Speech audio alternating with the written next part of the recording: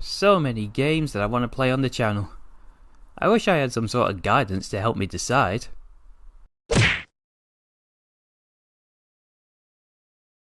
Well, that's a start.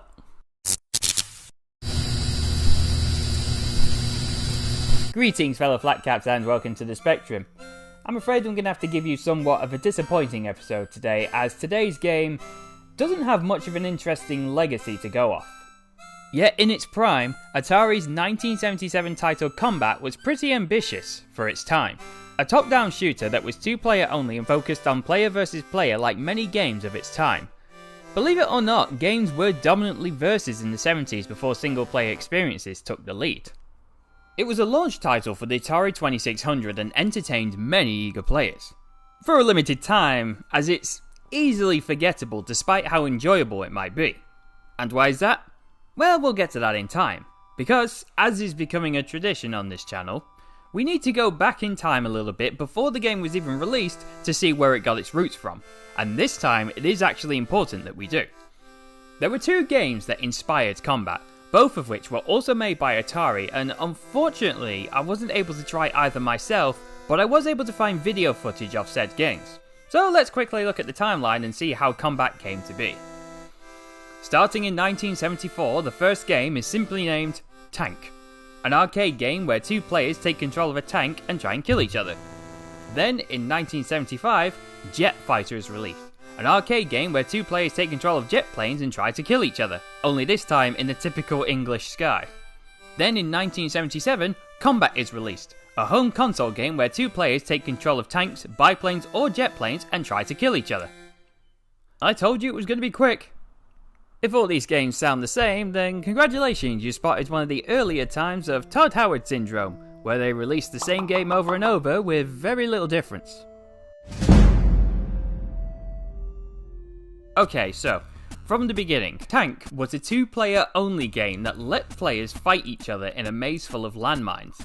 After about a minute or two, the time limit runs out and the winner was whoever had the most points. The controls were as simple, and I mean as simple as they come. As you would expect, tank controls are what you used.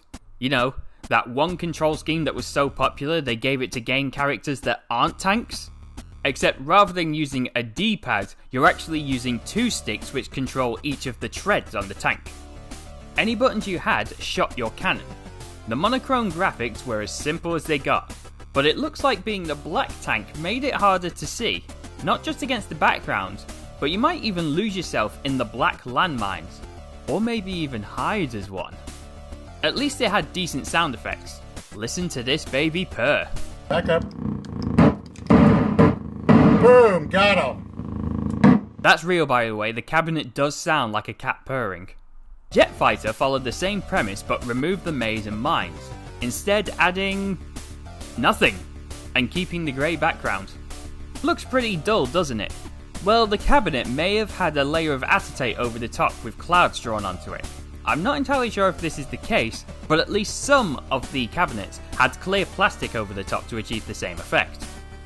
Even with this, however, we can't deny that Atari put less effort into this one, and I think you'd get bored of this one quicker than Tanks. Still, a grey screen means I can recycle this old gag.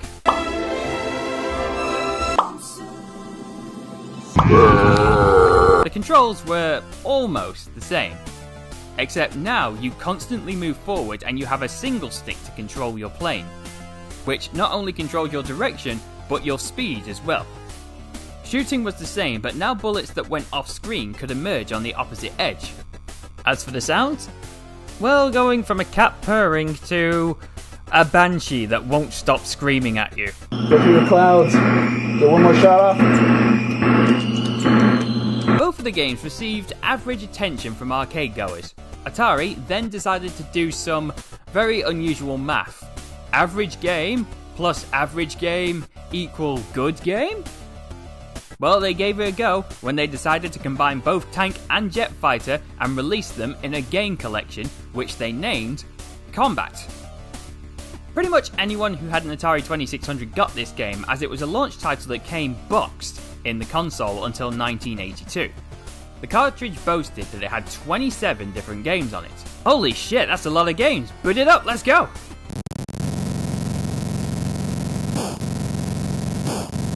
It's tanks. With less on it! So the games are better described as modes, rather than individual standalone games. It's not just tanks, but out of the 27 modes, the first 14 are tank games with the same premise, but with slight changes in each one.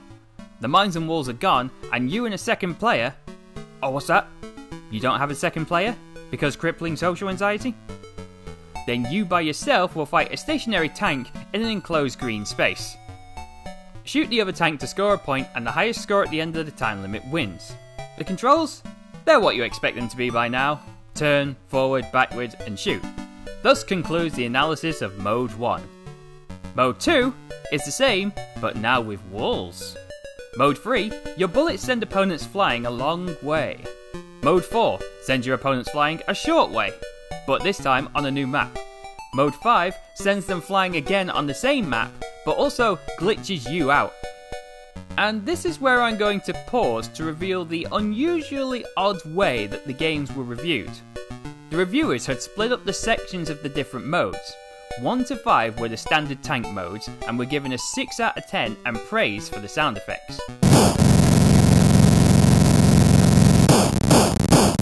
Yeah, I totally see why. And then modes 6 to 9 featured a special guest that we recently seem to not be able to escape. Pong! The next few modes were known as Tank Pong. Mode 6 put you back into the second map, only it's orange now, with bouncy bullets. Mode 7, same thing on map 3. Mode 8, Pong in the chroma key map with teleport bouncy bullets. And mode 9, it's mode 6 again. Tank Pong was the highest scoring with a 7.5 out of 10. Right, modes 10 and 11, what have we got? Did I break it? Oh! Invisible tanks. With teleport bullets. Oh no, this one isn't awkward to play at all. You know what will make this game better? Mode 11, where they add walls. The reviewers gave this one a 6.5 out of 10, describing it as hard to get used to, but interesting. What does it say about a game mode where you can score higher by seeing less of it? Modes 12 to 14 were Invisotank Pong and still scored 7.5. These would be the last of the tank games, as we now would be jumping to the biplane games. They play like the jet plane games, only Herobrine stares at you the whole time. Modes 15 to 18 go from clouds to no clouds. It looks like more effort went into modes 19 and 20, as the variety is a bit more imaginative. In 19 you get to use 2 planes each, and in 20 it's a free versus big plane mode. These modes were also rated 6 out of 10, despite their effort at variety, as the reviewers described the modes as not so different from the previous lot. Finally, we've got the jet planes in modes 21 to 27, which are just the biplanes but faster. All of these were also rated 6. If I had to rate the entire thing though, I'd give it maybe a 7.5. Considering the time period of the game, adding so many modes with varying mechanics was quite an ambitious task and a decent demonstration of the Atari's power. The modes themselves I can see being quite fun if I had the second player, and by the standards of the 70s, there is a lot to do in this game. Despite this, however, it was still seen as an average game, but its influence spread as Coleco made their own rip-off version of the tank modes as a home console. A games company not doing well so they steal an idea? Huh! Unheard of in the modern era! Atari were happy with the reception of Combat and decided to work on a sequel. Unfortunately for them, the video game crash of 1983 would see the project cancelled. While it never made it to shelves, a prototype version was put onto cartridges and sold at the Classic Games Expo in 2001. As this is only a prototype, it's hard to tell how close to the final product it actually is. Combat 2 only features tanks, with no planes whatsoever, resulting in only 4 modes. They did add new features that showed some real potential. The gameplay has seen some improvements, the map is more detailed, and the environment affects your tank. The river slows you down and the trees make you harder to see. For both players. There's also a HUD that allows players to be more tactical in their gameplay. You have 3 lives per game and a life bar to show how well your current tank is doing, making combat last longer and more intense. The controls are the same, but it's not just the tank you can control now. If you hermit in your base, you can fire a missile that goes straight to the enemy base as long as you have one loaded. If you destroy the enemy base via bombs or tank, then your opponent can't spawn any more tanks. Chances are though, one of the players will have run out of tanks way before the base has even been destroyed, so you might as well just get close and personal and suffer the sound effects together.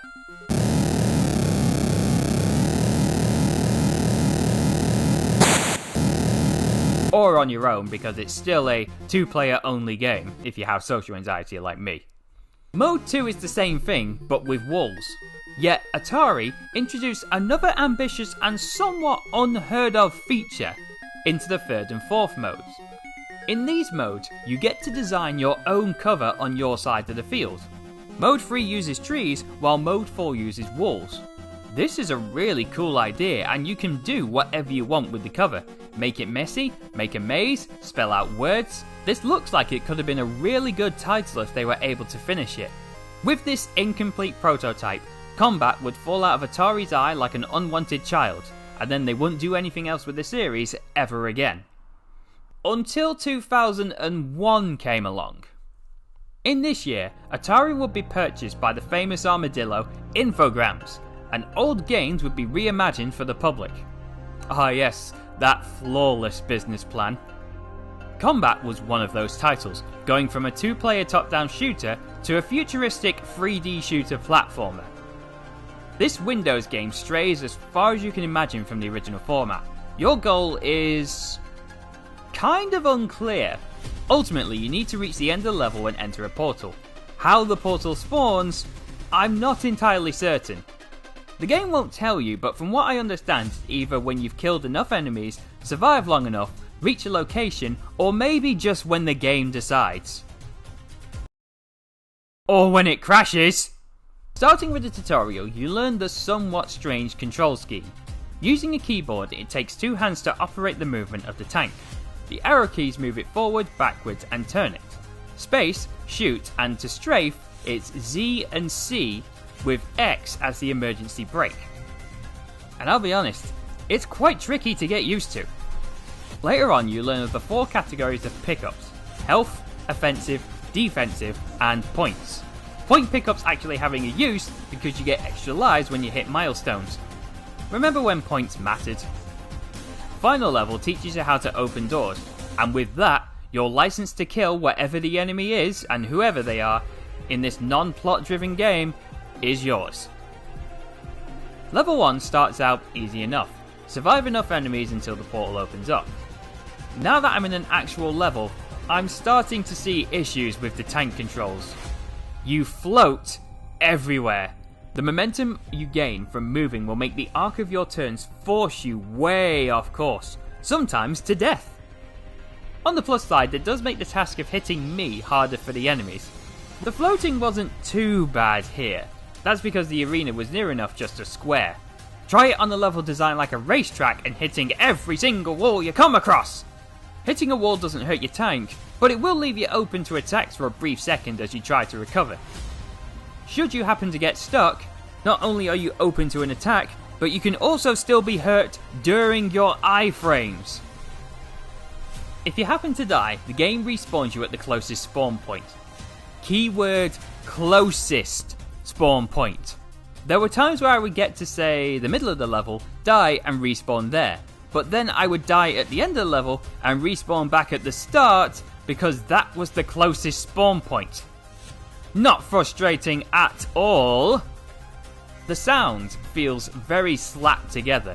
The music blares out over most of the sound effects in the game, with 1 or 2 of them actually audible through the tunes.